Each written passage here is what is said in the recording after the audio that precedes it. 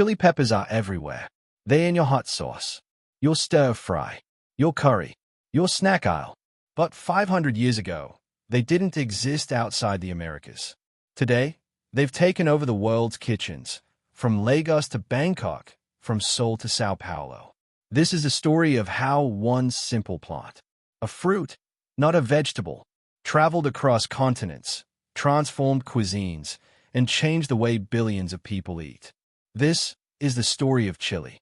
Chili peppers first grew wild in Central and South America, long before global trade, international recipes, or mass agriculture.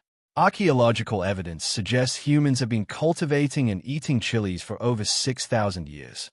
For the Aztecs, Mayans, and other early civilizations, chili wasn't just food.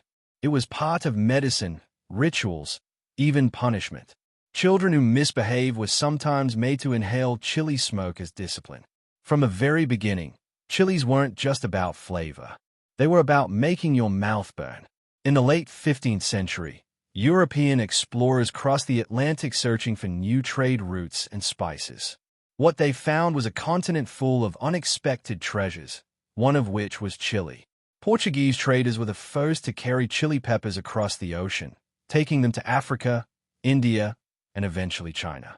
This moment was part of what historians call the Columbian Exchange, a massive transfer of plants, animals, and cultures between the New and Old worlds. Chili spread quickly, and once it arrived, it never left. India already had a long history with spice, black pepper, turmeric, cardamom, cinnamon. But chili brought something different. By the 1600s, it was growing across the subcontinent. And soon, it was in almost everything, from street snacks to home-cooked dal to the spiciest biryani. In fact, the region of Andhra Pradesh became one of the largest producers and exporters of red chili in the world.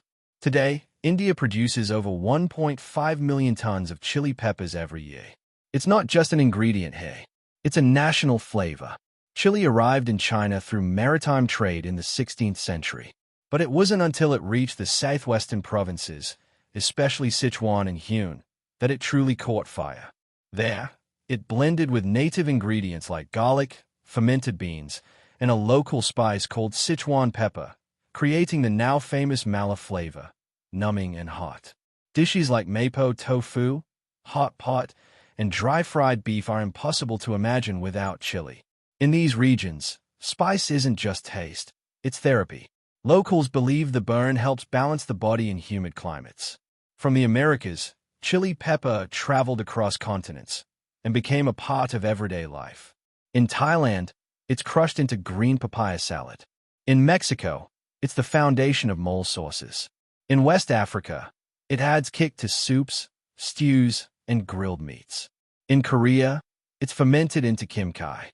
What started in one part of the world became essential nearly everywhere else. And every country made it its own. If you like this video, like and subscribe.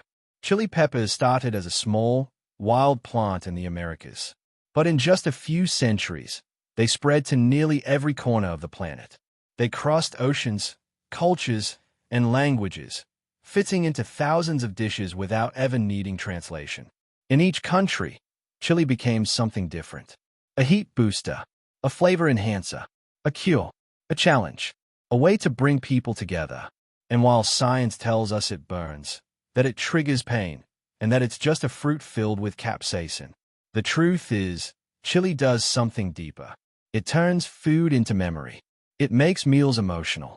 It's the spark in a family recipe, the fire in a street vendor's walk, the difference between bland and unforgettable.